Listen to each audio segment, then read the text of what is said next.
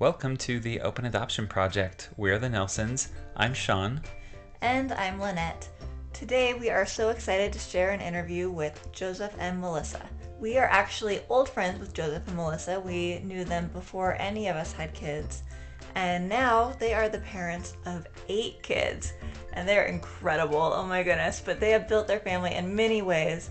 They have some biological kids, they have some kids who were adopted as infants, and they also have some kids who they are fostering, who they're planning on adopting. And they are just incredible parenting all of these kids and involving all of their biological families. I really just love that they have so much experience in so many aspects of raising children and bringing children into their family, and they do a great job at articulating the awesome nature that is of just having this great big family, but they also are really authentic in sharing what challenges and struggles kind of come along with adding children in different ways and also having a larger family. Yeah, and just juggling these different kinds of open adoption relationships, different levels of openness, and what that looks like with foster kids too. So here we go. We'll jump right to our interview with Melissa and Joseph.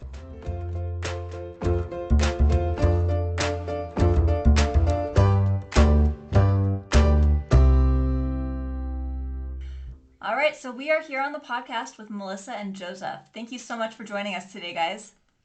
Hey, so good to be here. Yeah, super excited. Thank you. So to start off, can we have you introduce yourselves to us? Sure. Well, let Melissa go first. So I'm Melissa. We are parents of 8 children. Joseph and I met in the foreign language dorms. I majored in Spanish and he majored in Middle Eastern Studies and Arabic. Something fun about us is we like to make chocolate from scratch. One of our favorite things to do, and I literally eat a chocolate bar every day. I love it. And we've had some of that chocolate and it's amazing. It's really good. Yeah, it's I don't my nose doesn't function very well. It's like 50% smelling capacity. At least that's what the doctor said. And I remember the first time I walked into a chocolate shop and it was like hearing a symphony inside my nose. It's like the first time I'd been able to smell that well. And I just remember turning to Melissa and saying, some people have wine cellars, we shall have a chocolate cellar. So we're slowly but surely getting there. That's so awesome. Anything else you would share about you guys or your family, introduction wise? There's 8 kids and they're young. Our oldest is 9 and our youngest is 4 months. And we built through a combination of biological children, domestic adoption, and foster to adopt. So yeah, our oldest 2 are biological. It was kind of interesting. This never came, we never planned this. I think that's the funniest thing about this is that it was kind of one surprise after another to a degree. It took us forever for our first child. And then so we thought it would take some time like that for the second, and he came super fast. But with Melissa needing to be on bed rest for each pregnancy, doctors weren't sure if we should have any more. My first child, our first child, severe preeclampsia, just showed up at 36 weeks, went to my appointment, delivered a baby that night, right? And it was our first, so they didn't really think it would happen again. But with our second, it showed up at 24 weeks. We were lucky enough that between medications and interventions, I stayed at the hospital until 35 weeks and we delivered then when things started getting really bad. Like they were able to do that, which was amazing, but it was still 3 months in the hospital, which was so hard. It was so hard because you were in the Air Force. Lydia was little and we couldn't take care of her. He was training. So after that, you're highly discouraged from having more children because the preeclampsia tends to show up earlier and stronger with each child. After we had Hiram, our second, messaged Lynette and I said, hey, how do you do this adoption thing? What does it even look like? And she just kind of gave me a rundown and told me what to look for. So when we moved to Wyoming, I actually looked up agencies And it was a very easy choice because there was one for the entire state, which kind of blows my mind. But well, I mean, there's not a whole lot of people going. there really so isn't. The wind blows them away. So. Like the foster care system only had like 30 kids in it. It was not a lot. And so very few. So that made our choice easy. It was at that point, we're kind of thinking, well, we'll try. We honestly were not sure what was going to happen. We found an agency, we did a home study, and we chose domestic infant adoption because we were Air Force. We knew foster care could take a long time. That's what people had told us. And with Joseph's particular career, we could move at any time. And so we wanted to be able to do it from wherever we were and not have to take kids with us or lose kids because we were moving. We built a blog and got the word out, but really the truth is none of that made a difference because it was a family member. Her best friend's little sister found out she was having twins at 33 weeks. So originally she was in denial about the pregnancy until their family kind of had an intervention because at some point it was obvious that she was very pregnant, right? So they took them into one of those sonographers off the street. So like a fetal photos, find out the gender kind of thing. That's when she found out she was 33 weeks along with twins. That night she goes and tells the dad, who really wanted no part in it. So when she suggested adoption, he was for it. And she had decided that she wasn't in a place to raise children, even though she was older. I think that was part of it. She was actually much older.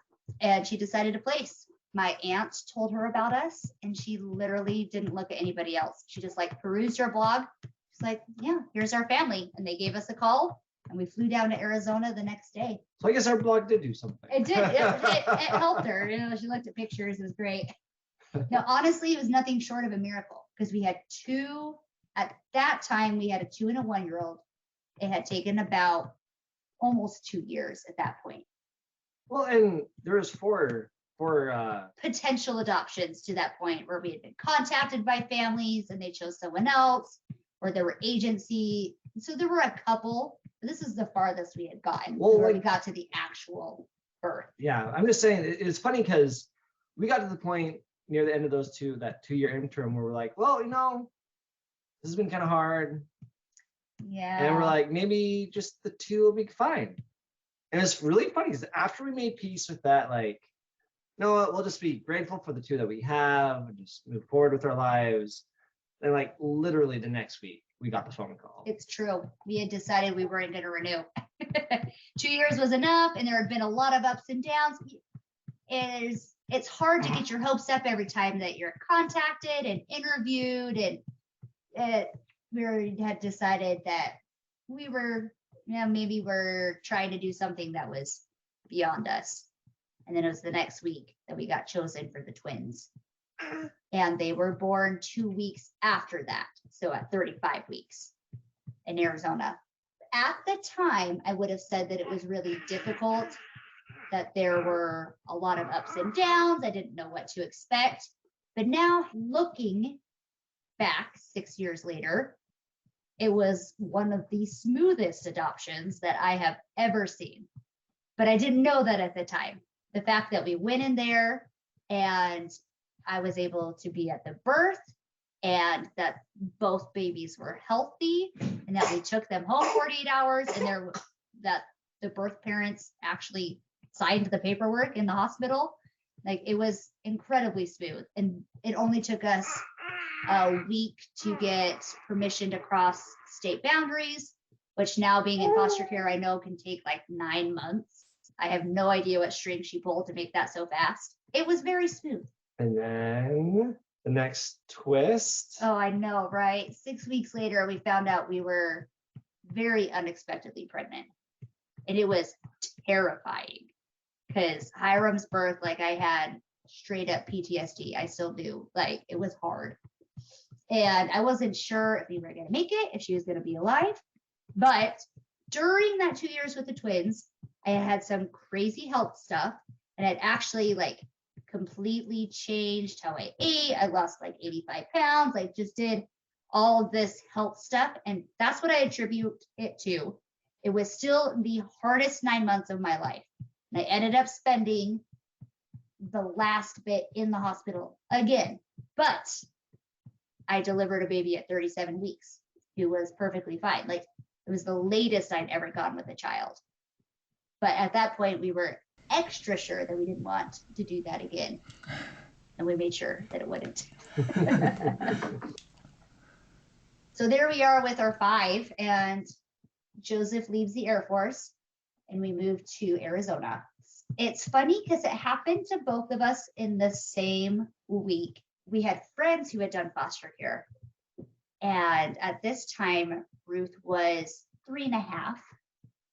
So not super young, but to us, it felt old. We had our oldest was 3 when Ruth was born. So we had 5 and 3.5 years. It was really close together.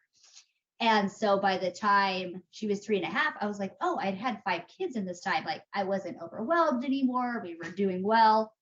So we just kind of decided one night that our family wasn't done and that we wanted to foster. We had thought about it for a long time. We were very open to adoption.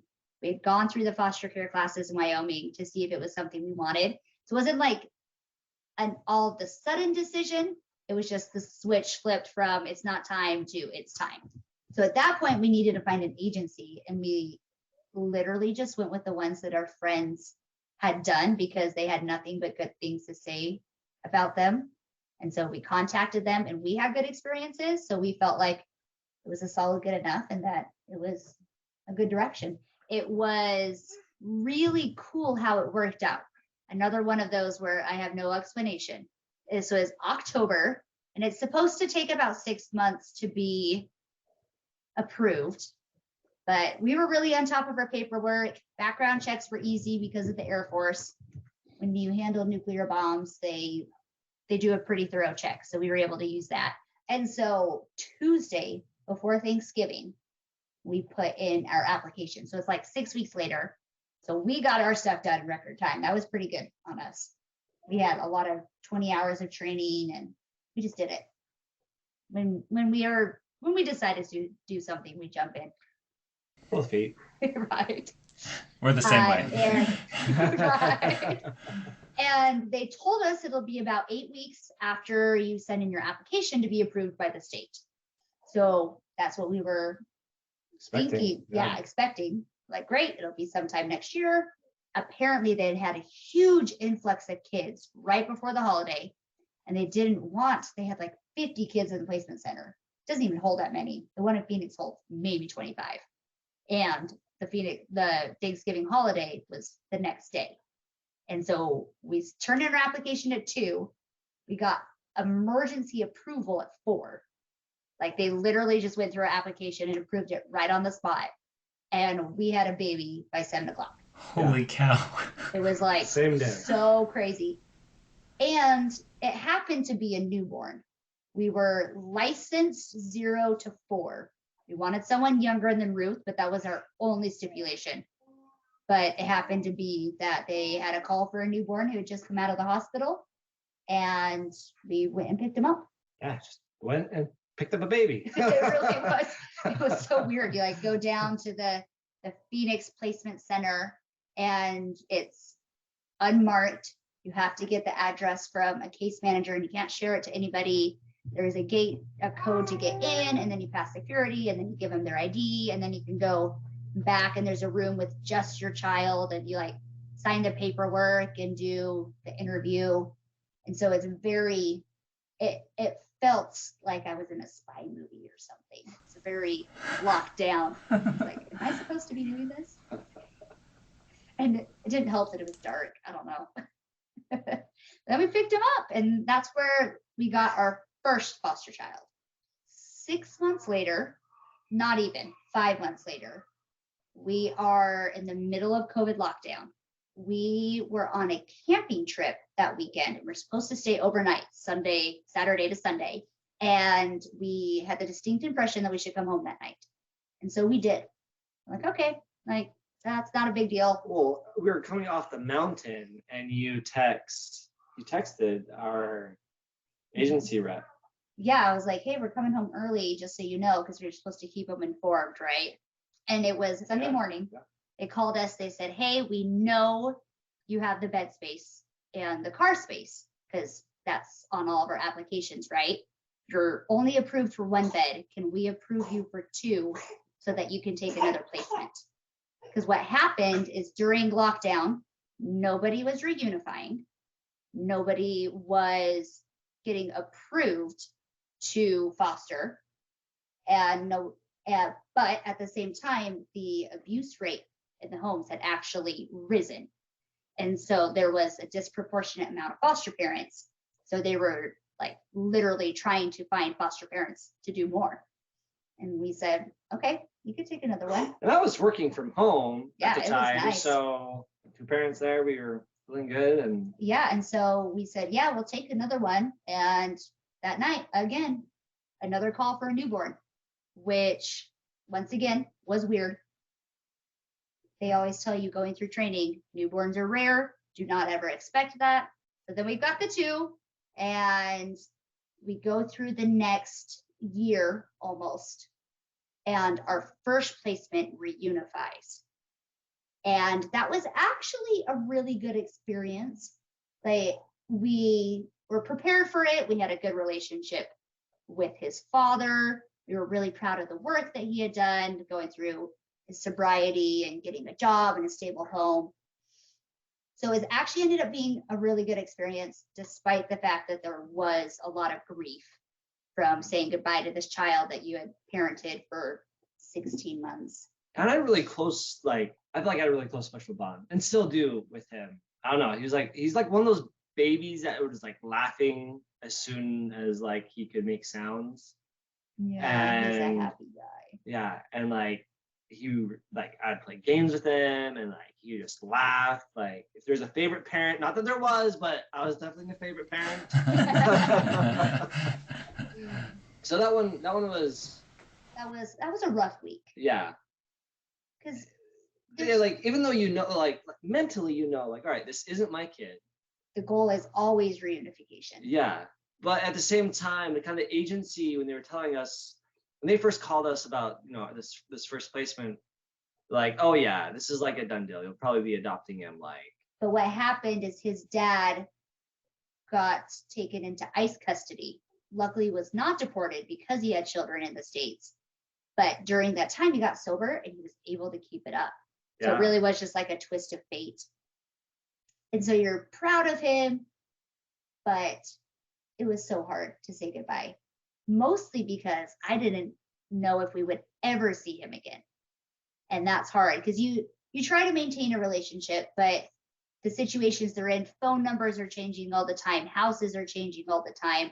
They lived an hour and a half away in North Phoenix. So you had to just come to terms with the fact that you may never see him again, and he probably would not remember you. And that was hard. well, to that point, we had a good enough relationship with the father that a week after, was it a week, 2 weeks? Yeah, it was a couple weeks. A couple weeks after, we asked if we could see, just see him, just spend an hour or two with him at the park. And, graciously he said, yeah, you can come see him. And so we came, picked him up. And I think that was harder than saying goodbye the first time because, they're so young at that age. Like he didn't know us at all. It was Yeah. really sad. Yeah. So all He the was super things we would do. confused. Yeah. All the things we would do together, all like the little games we had. He wasn't responsive to them. I think that was actually a lot harder for me than saying goodbye the first time. And nothing was wrong. Like, this is just how it was, it's how it should be. He should be bonding with his family. He should be, but, it was still, I think of that whole process up to that point, that was probably the toughest day for me. Because it was just like, yep, you won't remember me. So yeah, that was probably the toughest day for me, thinking back there. So, and then after that, we didn't really. Yeah, we were down to one, but we had decided, because we had been homeschooling because of COVID, like, you know what? One was a lot easier. So we decided not to fill that second bed and went through the summer. And then our second placement had a brother born But we were told family was going to take him because it's a different dad. It opens up new family members. So he had a grandma that took placement of him. So we weren't expecting a baby. But 2 weeks, when he's 2 weeks old, we got a call that family placement wasn't working out. They needed to put him into care. Would we take his brother? Of course, we said yes. We wanted to keep siblings together. We could do 2 again. And so we said yes. So we had the 15-month-old and the newborn. And then 3 days later, after this, we get a call from DCS again that he was back in care and that we take him. He was our son. So of course we said yes. But That in like was it a week? Oh, within a couple of days, we went from 6 to 8 kids. And that was hard.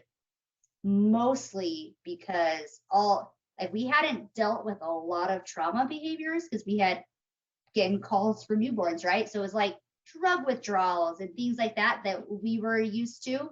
But then when our first guy came back into care, he had all of the trauma behaviors.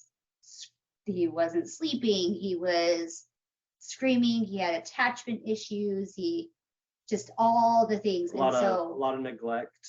Yeah, and abuse that we didn't know was going on.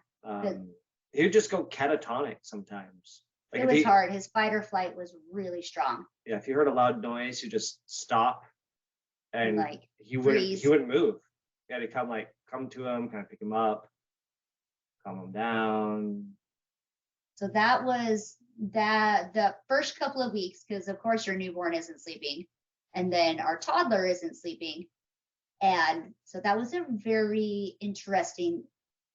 Hard. It was very hard. It was. Interesting. It was scientifically. No, it was emotionally hard and physically hard. But here we are 4 months later, and he's doing fantastic. Yeah. Like all of his behaviors now are just 2-year-old behaviors, things that kids do. Like he's sleeping well, he's eating well. It took probably 3 months to get to that point though, before he was comfortable being back here and new routines and visits, where that's always kind of hard for little kids, where they see their biological family and then they come back to their foster family. And so that's been good to see how he's improved. And when the judge got the case back, he decided to move it straight to severance because it was his second time in care, but it was Dad's third strike. So that's nice to know that he'll have stable support and home from here on out. But yeah, that's how our family has gotten to be at this point. Right. And our second, so number 7, the second foster, his case has moved to severance as well.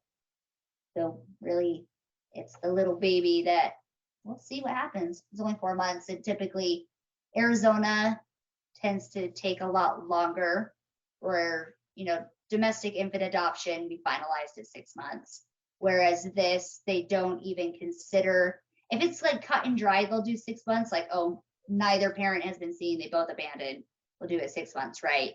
Ours, the earliest we've had severance is 19 months, or like even gone to severance, and then it's like 9 months after that by the time you've done the severance trials and the adoption hearings and everything. So it takes longer. So 9 years, 8 kids. Right. And so your 3 foster sons, you're planning on adopting the first 2 at this point? Yes. Okay. Yes. Cool. Some point in the future. It'll be a good year. Right. That's awesome. Well, thank you guys so much for sharing. That is like so twist and turn. I have a coworker who likes to use the phrase plot twist. And I felt like that could have been said about 5 times through your story. So, I imagine living it was crazy. Sometimes I feel really blessed that you can't see the end from the beginning, because I think I would have been really overwhelmed and maybe not have chosen it at the time. But as you're living it, you just take it. Each new plot twist. Yeah. That way you don't expect the overwhelm. It just comes on at certain moments of time. I mean, you kind of got to expect it, right? Yeah. No, things are going really well right now with all the kids. That's That's so awesome. awesome. And you know how it is. Even what was most surprising to me is that I got postpartum anxiety / postpartum depression with all 8. Didn't matter if it was biological, adopted, foster, all 8. And I think that's just a combination of like Lack of sleep, poor nutrition, overwhelm, a lot of crying. So that was actually really surprising to me. I thought that would not happen if I did not give birth. And it still did. And how have your older kids done adjusting every time a new foster child joins your family? They love it. Our kids love kids. It's been so interesting because with each one, we've asked them, are you okay with this? Is this something we can handle as a family? And they've overwhelmingly said yes, they love it. The hardest by far was when our little guy went back into care. And it was really good for learning. Like we were reading books on grief with kids and figuring out how to talk to him and how to remember him and what was the best way to handle it. And obviously, as parents, we don't know if it was us or if it's just we have resilient kids, but they seem to handle it pretty well. We talked about them a lot. So that was the hardest part, was the reunification, but they seemed to be resilient and to handle it. I think they have like this kind of like sense of pride with how big our family is. Like I'll be out with the 5 and like, oh wow, there's 5. Like you have a really large family. And Lydia will be like, but we have 3 more. Like and the twins will ask like, are we getting another baby? So they ask that all the time. like No, we're when are we getting a new baby? So they ask that a lot. And they all the kids want a bigger family. I think we're done. But I think it's interesting how our biological children have started playing stories about how they have tummy mommies or how they were adopted. They're kind of like feeling left out. it's true. Our youngest biological, Ruth, who's 5, talks all the time. I had a birth mom, then you were my birth mom. And like trying to like somehow make it Makes sense. right. And then sometimes she just gets sad because everyone tends to get like gifts from their birth family and she doesn't. Like, that's a hard one to explain sometimes. How do you balance that, or how do you maybe help them understand that? There's a lot of talks because even with the 5 who do have birth families, gifts and attention vary by family. And so it's been a hard lesson, and that life is not fair, and that this is their relationship with their birth family that we want to foster, which that explanation has really only worked with our older 2 who are old enough to get that. With the others, Millie Brooke actually have been kind of, they don't really. Yeah, they don't notice the difference. Yeah. I don't know why it's like hasn't bothered them. It's bothered Ruth by far the most. And the older 2, but they got it. They're like, oh yeah, this is their birth family. I feel like that explanation worked. And then Ruth has just been sad. I mean, it's sporadic. Like, Well, and she's 5, right? Yeah. So It's just being, and the truth is, it's really like, why don't I get toys? It's really right. And the truth is, with the 3 who get, because their biological family will send gifts home from visits and things, and we just tell Ruth to wait till they're done playing with it, and then they get it. Like the boys tend to lose interest eventually. So she's had enough patience that it's worked, but she still wishes she had a birth family a lot. I think when our kids were really little and that was happening a little bit, we would say, okay, the first day, it's your gift. Tomorrow, it's the family's. We do that with birthdays. It's a 24-hour rule, but then you need to share. Nice. That's one of the hard things about being in a big family is they have a couple like special gifts. We tell them like, you get this drawer. If it fits in this drawer, nobody can touch it. But for the most part, things are communal, which works more often than not, but there are times when it's tough. Yeah. How do you, teach that kind of principle of stewardship? Like you have stewardship over this, but it's still the family's. We're still working. Yeah. And really are. Melissa and I are still kind of working out our individual philosophies on that. So, but she's at home more, so I just. That's true. Kind of got to go with it sometimes. Balance it. Yeah. Just go with it. So a question that we get asked pretty often by our listeners is, how do you know if agency adoption or foster to adopt is the right route for your family? What would you tell them? We get asked this a lot, and I really just lay out kind of the pros and cons of each. Foster care is, not only is it cheaper, you get paid to do it.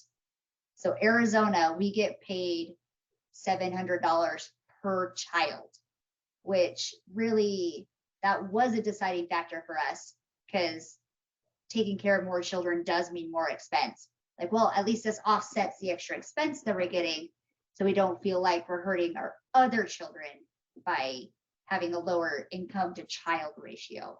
So that was a deciding factor for us. Obviously, our domestic infant adoption, as far as adoptions go, was quite cheap. The way that it worked out is we found a birth mother not through an agency. And so we just hired a lawyer in Arizona, we hired a lawyer in Wyoming, and then we had the agency do the finalization. And the whole thing was about $14,000, which for 2 kids was very good.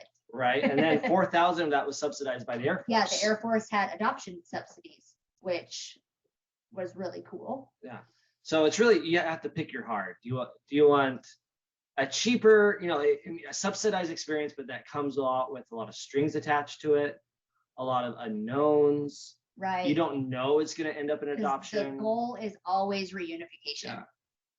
And so you have to step into that space, being willing to love the child as your own, but being willing to support reunification. So, if that's the hard and experience, like, they're both hard. There's something, I think, enlarging about that experience of just being willing to love someone, if it's for a day or for a week. I don't know. It's really interesting experience, not knowing when they're going to go. So you just love them as much as you can for that day.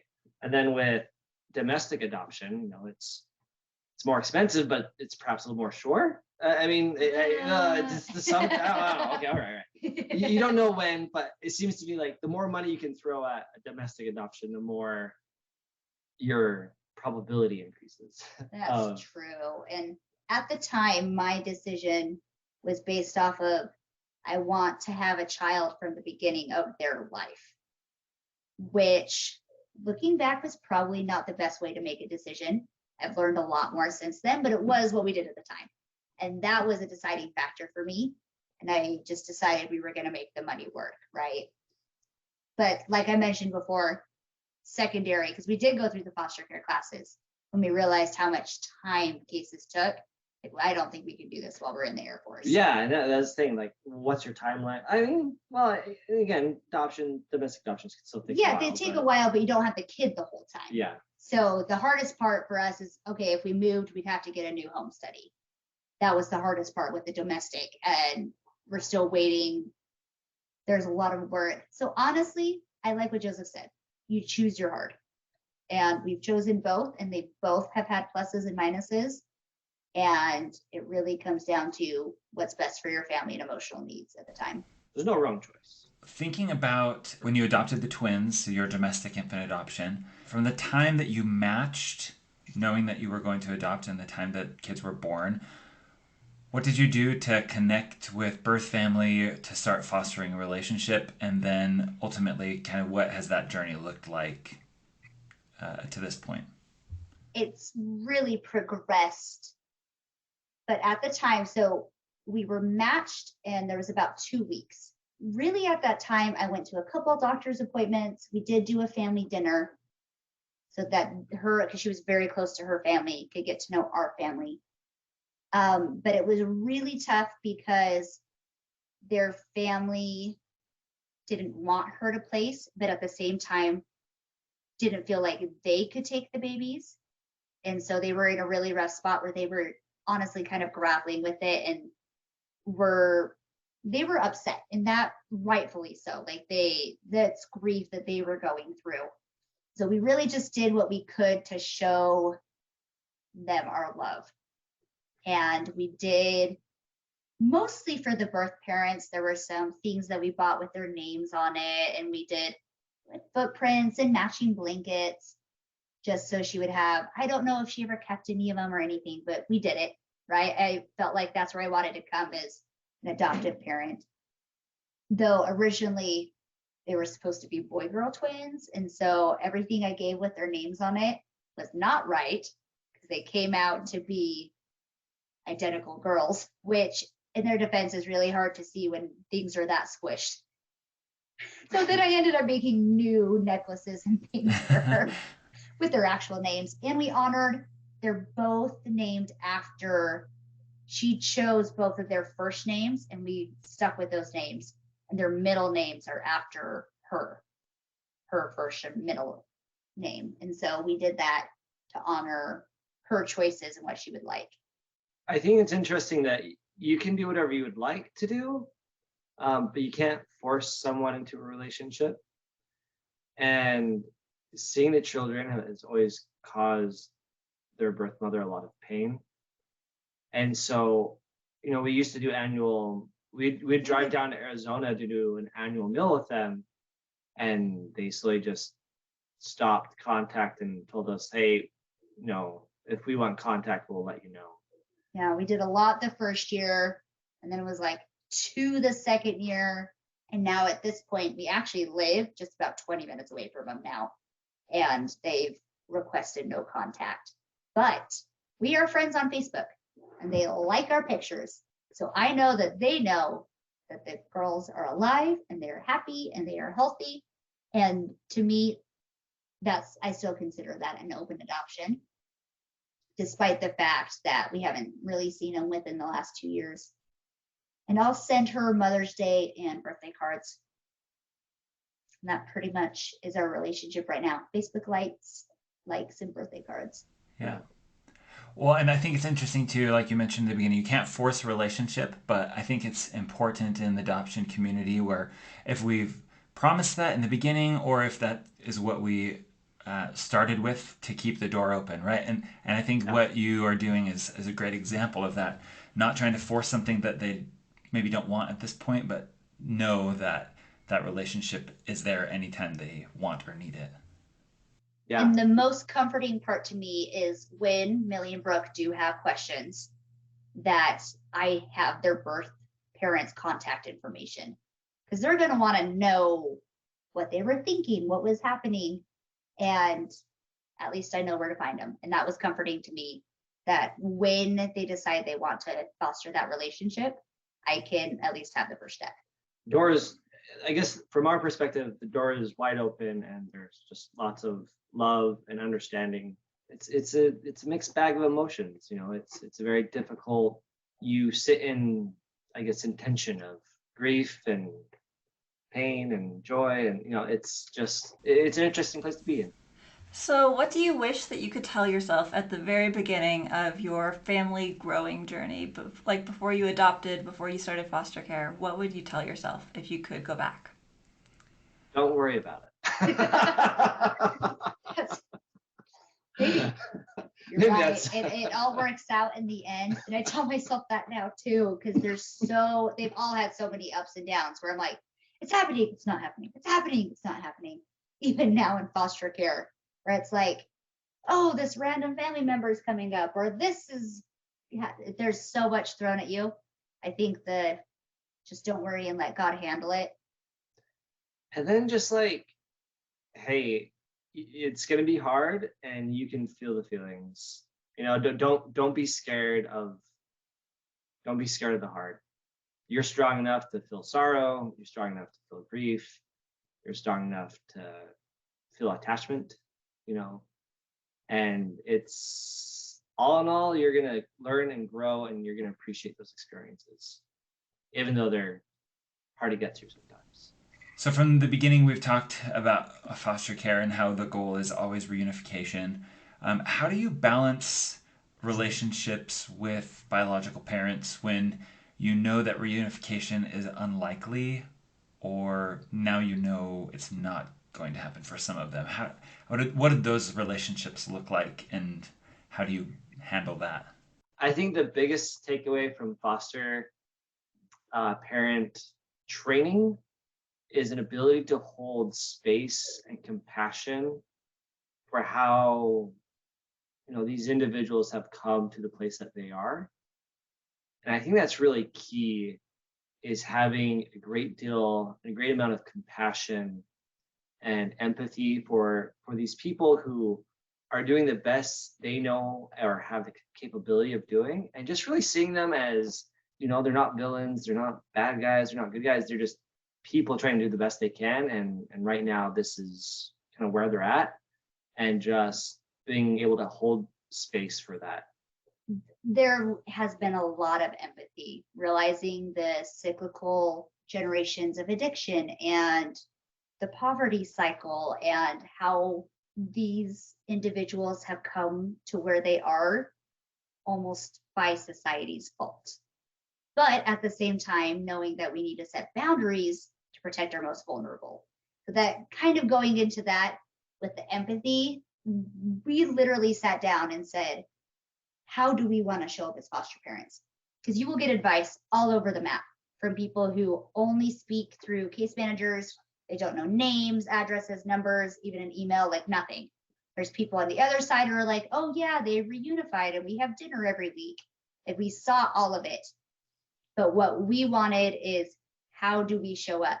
And we decided that we were okay. We shared our phone numbers, and we met in person for courts. And sometimes we will supervise visits if case aides aren't available. So that helped a lot with fostering a relationship, is because we actually got to meet in person and talk, and then they can see that we love their child and that, like, we're not scary. Because a lot of times they'll get biological parents will lose a sense of control. And that's when things start to get nasty. There'll be DCS reports or things happen at visits. So we wanted to show them that we were on their team and that we loved their child. So, like, for our first little guy, his parents were incarcerated for the first while of his life. And so I kept monthly pictures everywhere we went. Ended up making, first time I saw him, like, this big chapbook that we don't speak the same language, but it just had pictures of him for the first 16 months of his life. And he loved it, was just crying. And I was like, yes, it was the right choice. Now he has no holes in his son's baby years. He can see all these things that he missed. And now I have all three of their biological parents' numbers. Like today, all three boys went in for well checks. I sent them pictures. I sent them updates on what was happening, what vaccines they got, like all the different things. Sometimes they'll come with us to the appointments, but that's dropped off. It's kind of like when they're feeling like they want to. Tomorrow we are supervising a visit with one of our guys' grandma. And so we're still fostering that in hopes to still foster that after the adoption is finalized, because we've deemed that she's a safe individual around him. But we do kind of go out of our way to make sure that they have relationships with the people that we choose, but we're also deliberate. There's a couple people that we've decided that they're not safe or not good because there's a lot of behaviors or something afterwards for the kids. So we just try to pick and choose based on what feels like love. And sometimes love means boundaries, because you need to protect the child, and It protects them from doing something that would have repercussions about their ability to maintain relationships after. And so sometimes love is boundaries, sometimes love is driving for a visit, even though there's not a case aid to do it.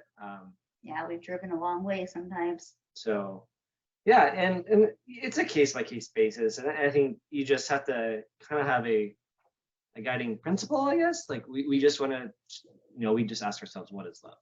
And we try to do that. We don't always do it perfectly. Nope. Sometimes we kind of grumble underneath our breath about it, but we try our best. That's awesome. I love that. Yeah.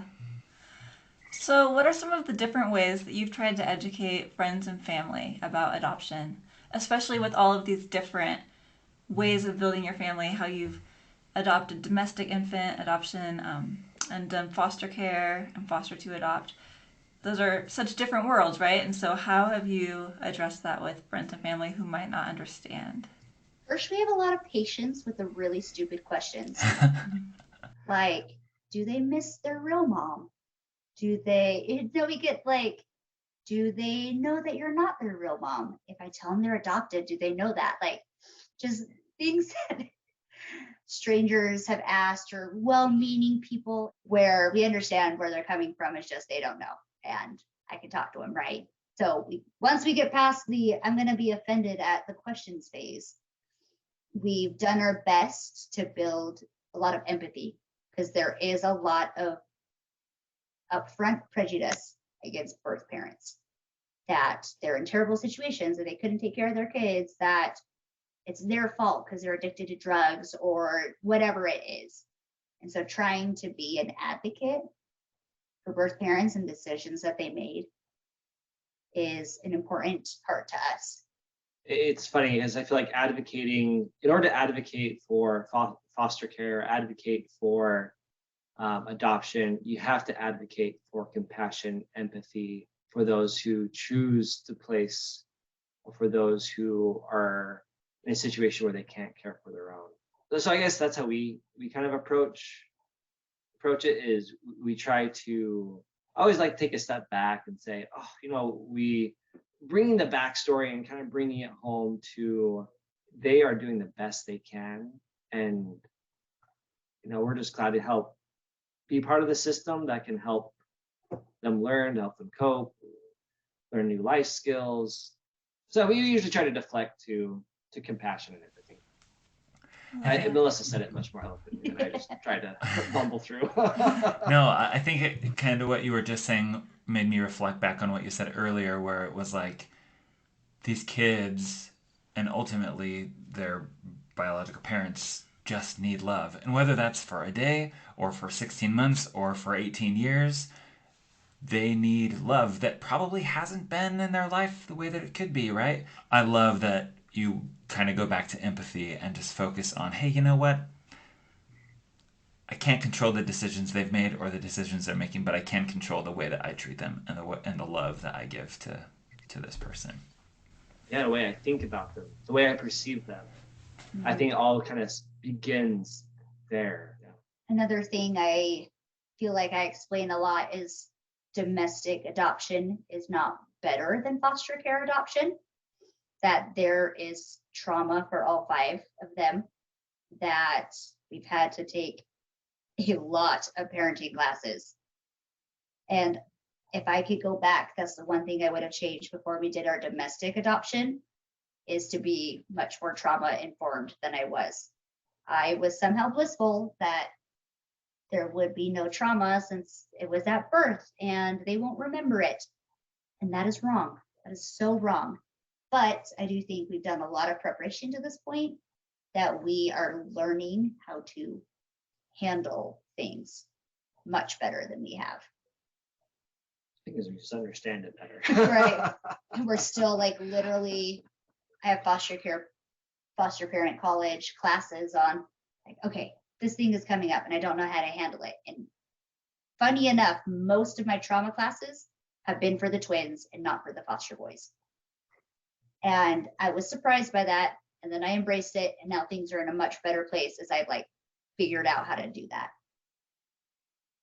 That's great. Yeah, education is really key.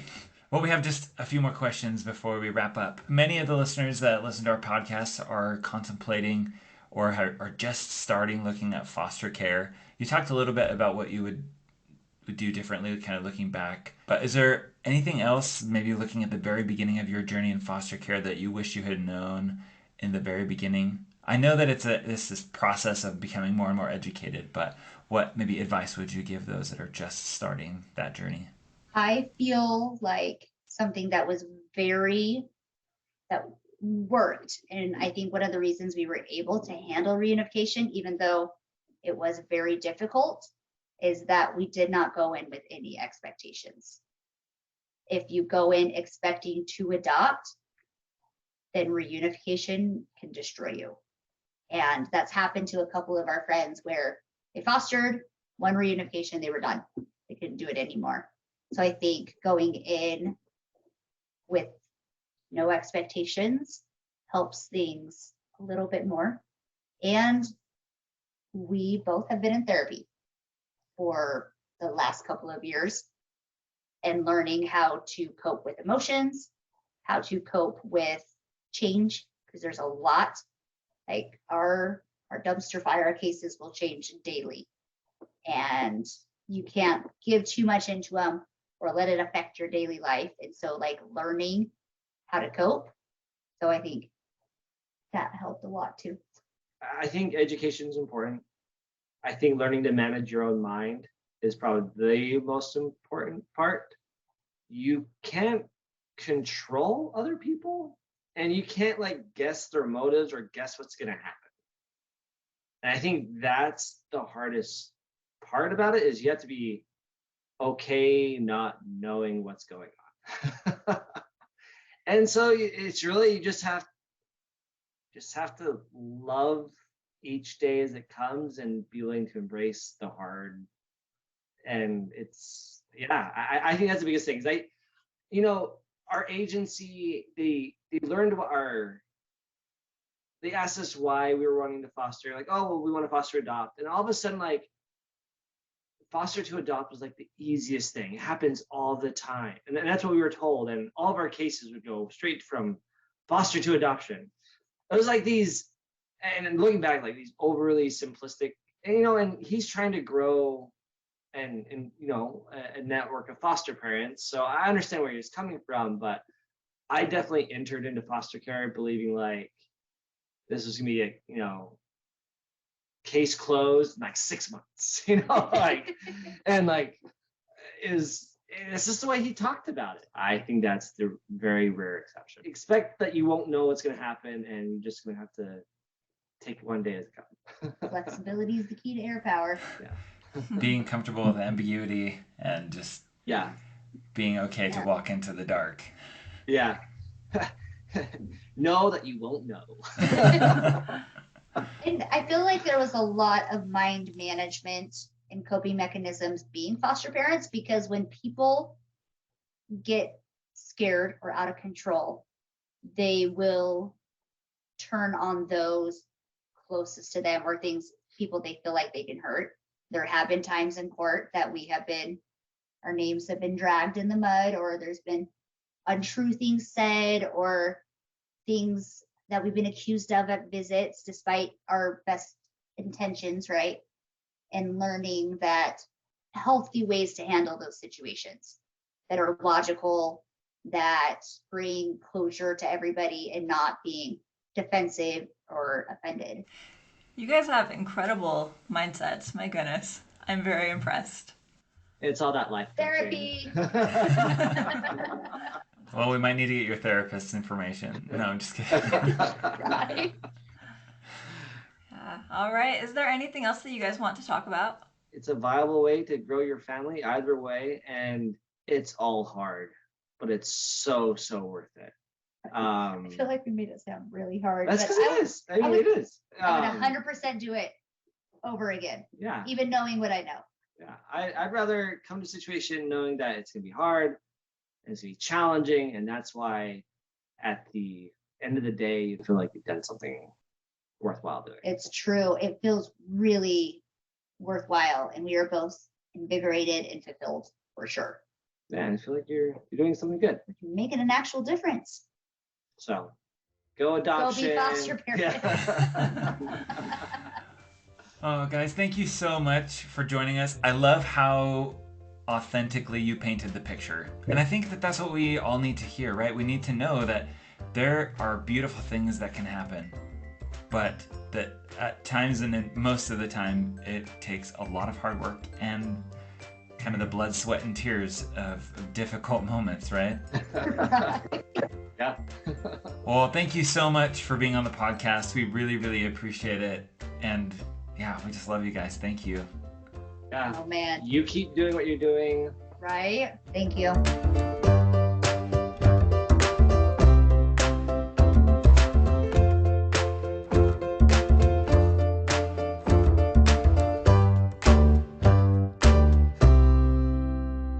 Thank you so much for listening to this episode of the Open Adoption Project, and a big thank you to our friends Melissa and Joseph for talking with us and sharing their story. We loved hearing from them. I thought there were so many helpful things that they talked about. Something we get asked about a lot and that we think about a lot is how to handle gift giving with different levels of openness, right? And I loved hearing their thoughts on that and how they address that with their family dynamic. I also really appreciated hearing their thoughts on the importance of being trauma informed as adoptive parents and knowing how to help our kids cope with the trauma that comes with being adopted. Yeah, one thing that really stood out to me and that I appreciated was how they advocated for biological parents in some of the foster situations that they talk about. Just, no one's perfect, and being patient and understanding and empathetic in ways that we can be to these parents, especially in the foster care situation, knowing that they love their kids and they might not be in the best spot right now, but giving them the benefit of the doubt and advocating for the biological parents also. I think that that's something that is going to stick with me from this episode. Yeah, I loved that too. Again, a huge thanks to Melissa and Joseph for sharing with us on this episode. And to each of you, thank you for being our listeners. We're so grateful that we get to be in this space and to help different voices in the adoption community be heard. And we've mentioned this before, but all along the way, we feel like we're learning a lot as we go through this. And we hope that that's your experience as well. Thanks so much for being here, and we'll be back next week.